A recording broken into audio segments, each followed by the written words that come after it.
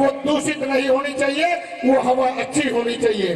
अच्छा साथियों, एक चीज मैं आप लोगों के सामने रखने जा रहा हूं, खासकर बहन बेटियों के लिए और अपने बड़े बुजुर्गों के लिए, संत महात्माओं के लिए भी कहना चाहूंगा कि हर मंच से उसके बोले। आप देखते होंगे कि सबसे छोटा बच्चा अगर यहाँ कोई होगा, उसे ये नहीं पता कि मृत्यु भोज क्या है, उसे ये नहीं पता कफन क्या है। और ये बहुत बड़ी कुरीति है, बहुत बड़ा बोझ हमारे ऊपर है। साथियों, जिस टाइम हमारे घर पे मेरा बाप मर गया तो साथी कफन लेकर के आते हैं। जो कफन लेकर के आ रहा ना तो वो उसके काम का है, और जिसके यहाँ ले जा रहे ना उसके काम का है, तो साथियों वो कफन शमशान घाट में जाकर के फूक जाता है। फूक जाता है नहीं फूक जाता है, उसका किसी को कोई फायदा होता है मेरी बहनों? नहीं होता ना। तो आज के बाद कसम खानी है कि जिसके भी घर पे मौत होगी हम उसके घर पे कफन नहीं ले जाएंगे। जितने का कफन आता है इतने पैसे लिफाफे में डाल करके उस परिवार को देने का काम करेंगे। चाहे तो उस पैसे से वो अपने बच्चे की कॉपी पेंसिल खरीदे, या फिर उसके लिए जूता खरीदे या बस्ता बंधवावे, अपने पैसे फूकने से बचा लेंगे। अगर हम लोग उस पैसे को नहीं रखना चाहते तो एक से एक ऐसे ऐसे आश्रम है, एक से एक मंदिर है, उस पर दान करने का काम करें। साथियों, जिस टाइम एक तरफ हमारे यहाँ मृत्यु भोज कर रहे होते हैं, एक तरफ रो रहे होते हैं, क्या ये अच्छी बात है? क्या मृत्यु भोज बंद होना चाहिए या नहीं होना चाहिए? दोनों हाथ खड़े करके, दोनों हाथ खड़े करके आज कसम खानी है आश्रम के अंदर कि आज के बाद ना तो मृत्यु भोज खाएंगे और ना खिलाएंगे। बहुत से लोग कहते हैं अगले बहुत सारा छोड़ के गया। अरे सभी छोड़ के जाते हैं, कोई लेके नहीं जाता साथियों।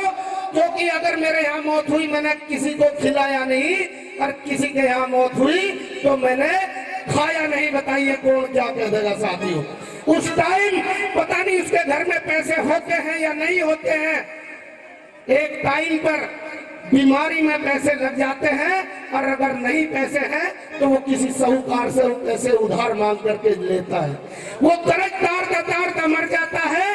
तो ऐसी कुप्रथाएं जब हमारे स्वामी समनदास महाराज जी, हमारे संत शिरोमणि गुरुदास महाराज जी, डॉक्टर बी.आर. अम्बेडकर जी और अन्य जितने भी संत गुरु महापुरुष हुए हैं, उन्होंने कुप्रथाओं को बंद करा है। अगर सच्ची विचारधारा पर चलना चाहते हो तो ऐसी कुप्रथाओं को बंद करने का काम करें। क्योंकि आज अगर हमने ये प्रथा बंद नहीं करी, जो हमारे बच्चे हैं छोटे छोटे, 1-2 लाख रुपए का बोझ उनके कंधे पर आप लोग डाल करके जाओगे। जब हमारी मौत होगी तो 2 लाख से कम खर्चा नहीं आएगा। तो हम अपने आप ही अपने बच्चों को कर्जे में बांधने का काम कर रहे हैं। क्या ये बात सही है या गलत है? सही है ना? तो मेरी सबसे यही अपील है, और गुरुजी से मैं दोबारा फिर कहना चाहूंगा, कभी भी मेरी आवश्यकता यहाँ पर पड़े किसी भी चीज के लिए, तो मैं तन मन धन से आपके पूरे आश्रम के साथ हूँ, सर्व समाज के साथ हूँ, और हमेशा कंधे से कंधा मिला करके चलूंगा। इस जिला सहारनपुर से लेकर के पूरे उत्तर प्रदेश की कहीं की भी बेटियां हो, उनकी शादियां भी कराने का काम करूंगा। और साथियों, भारतीय शिक्षा चैरिटेबल ट्रस्ट की एक मुहिम है कि भारतीय शिक्षा चैरिटेबल ट्रस्ट का जो भी सदस्य है या पदाधिकारी है, भगवान न करे उसकी मृत्यु हो जाए और ऐसी दशा में हम 1 लाख लोग हैं, तो सब मिलकर उसके अकाउंट में 1 रुपया डालने का काम हमारी टीम करती है। तो मेरी सबसे प्रार्थना है कि ज्यादा से ज्यादा जुड़े। सदस्य बनने का कोई पैसा नहीं है। अगर हम 1 लाख लोग हैं टीम के अंदर, एक व्यक्ति हमारा मर गया तो हम सब मिलकर पैसे डालने का काम करते हैं। ऐसा मैंने भारत सरकार से रजिस्टर्ड कराने का काम किया है। और गुरुजी, ये तो बहुत बड़ा आश्रम है। यहाँ का अगर कोई विधायक, ये खतौली विधानसभा पड़ता है जिला मुजफ्फरनगर में, यहाँ का जो भी विधायक हो या एमपी हो, उससे मेरी एक बारी बात जरूर कराना।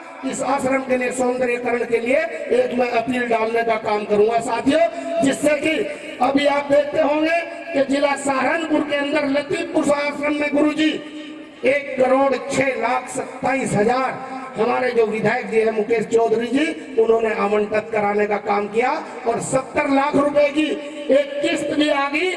मैं यहाँ के लोगों से कहना चाहूंगा कि गुरुजी के साथ मिलकर के इस कार्य को कराने का काम करें। ये गौतम भाई तुम्हारा उसमें पूरा साथ देने का काम करेगा साथियों।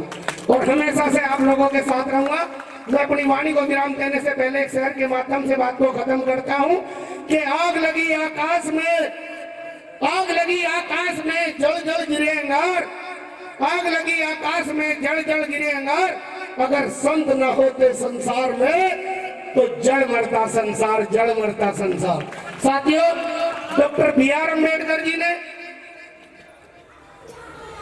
जिस टाइम गरीबी से ऊपर उठ करके एक नारा दिया कि मेरे भीम ने आंख खोली तो हर कोई इंसान बन गया, मेरे भीम ने जुबान खोली तो हर कोई तूफान बन गया, मेरे भीम ने किताब खोली तो हर कोई विद्वान बन गया, और मेरे भीम ने कलम खोली तो देश का संविधान बन गया, संविधान बन गया, संविधान बन गया। साथियों, इन्हीं शब्दों के साथ जय भीम, जय भारत, भारत माता की जय। बोलिए संत शिरोमणि गुरु रविदास महाराज जी की, स्वामी समनदास महाराज जी की। बहुत बहुत धन्यवाद।